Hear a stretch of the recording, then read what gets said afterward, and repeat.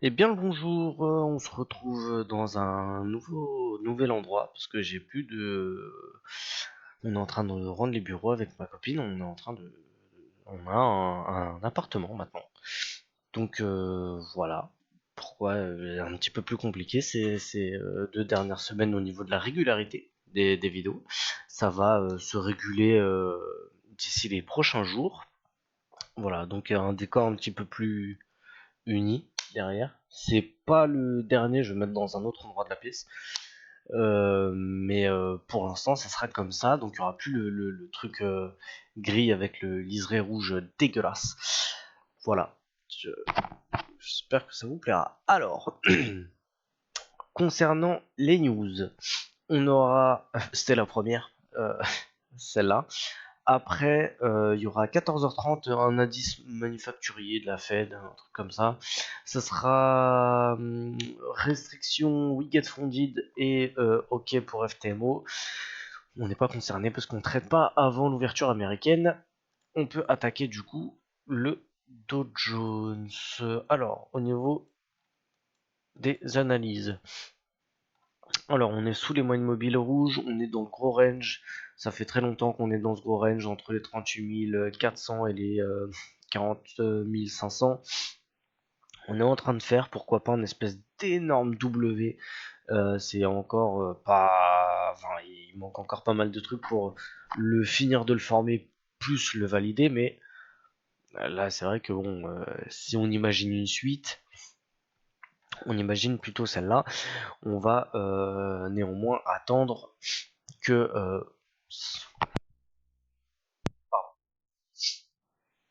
on va quand même attendre que ça soit fini de former. Alors, en H4, on est dans un espèce de. On est sous les moyennes mobiles qui sont rouges, on est dans un espèce de drapeau un peu bizarre. On fait un espèce de. On fait deux presque faux contacts là où un espèce de V-bottom, 2 fois support, 3 fois support. On touche qu'une seule fois réellement le haut du canal. Bref, il n'est pas très beau, mais pour l'instant il a l'air d'être à peu près plutôt respecté. Bon, donc comme j'ai dit tout à l'heure, on est sous les moyennes mobiles rouges. On a fait un espèce de V-bottom du 61.8 de la conso, le 61.8 plein, pas les pointillés. Tac, je te recasse, bam, je te réintègre. Et là, on est posé sur la zone des 61.8. Alors, sous le H1, on est sous les moyennes mobiles qui sont rouges, mais qui sont plates.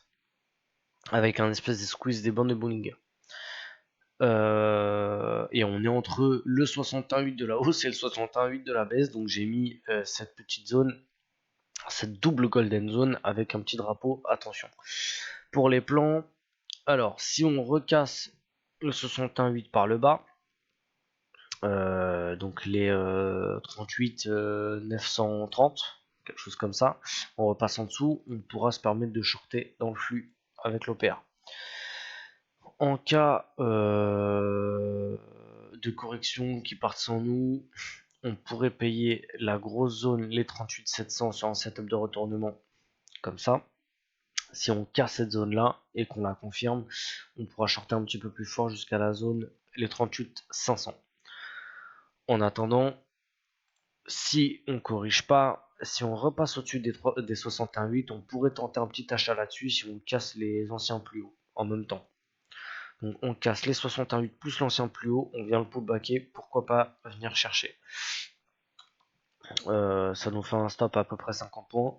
Si j'ai pas trop de conneries, 76 moins 50 ça fait 26, ça nous fait un stop à 23, ça nous fait un stop à 55 points. Ça nous ferait quand même un ratio de 3 je crois, un truc comme ça. Donc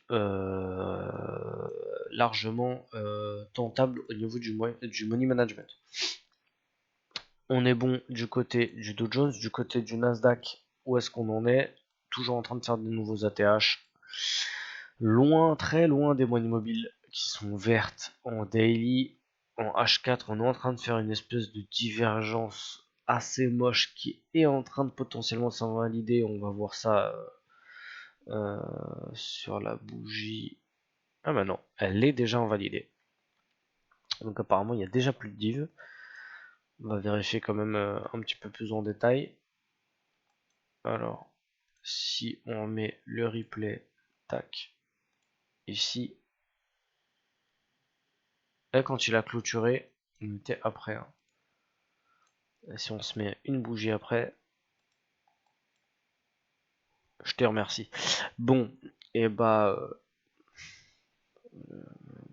je sais pas quoi dire. Ah si, normalement, 8h, la bougie de 8h elle est clôturée, il est midi. Bougie de 8h elle est clôturée, on casse la ligne de divergence, on est au-dessus. Bon bah normalement la div elle est déjà invalidée là. Bon, un espèce de squeeze des bandes de Bollinger là-dessus. Loin au-dessus des moyennes mobiles, quand même. Alors en H1, on a un espèce de petit range, je sais pas si vous vous souvenez, on en avait parlé, qui a fait résistance, support, support pour le bas de range, 3 fois résistance sur le haut de range. On n'a pas de setup de retournement là-haut. On a pareil une espèce de petit squeeze des bandes de Bollinger. On a la zone chiffre rond des 20 000 au-dessus de la tête, qui nous a fait d'ailleurs, quand on est parti les chercher, un espèce de petit marteau. Et bah voilà, c'est tout. Alors, qu'est-ce qu'on va faire là-dedans? Ce qui serait top, c'est petite correction, setup de retournement court terme là-dessus, une petite div, une petite bulle haussière, on paye. Ça serait parfait. Dans le cas où on recasse on casse les 61,8 puces, petite confirmation, hop, on peut payer les 61,8 ou 100%, ça nous fait un bon ratio. Ça nous fait à peu près 30 points de stop, ça a un ratio 3 en bas, on est pas mal. On fera attention quand même à la petite zone ici, les 19 800. S'il y a un setup de retournement et que potentiellement par exemple on n'a pas pu rentrer dans le 61,8 ici, et bah hop, pourquoi pas même on arrive ici, on pull back, on short, on est à peu près au ratio de 2,5 là-dedans, on coupe et on tente, si on a une bulle ou une divergence haussière cette fois-ci, on coupe et potentiellement on peut tenter le reverse. En tout cas, pour l'instant, ça va être une séance très intéressante. C'est beau de voir un beau petit truc chartiste comme ça, même au niveau du Dow Jones, c'est plutôt intéressant. On va trader ce qu'on voit et on va faire attention. Je vous souhaite une très très bonne journée de trading à tous et je vous dis à tout à l'heure pour le débrief si jamais j'ai pris un trade. Ciao.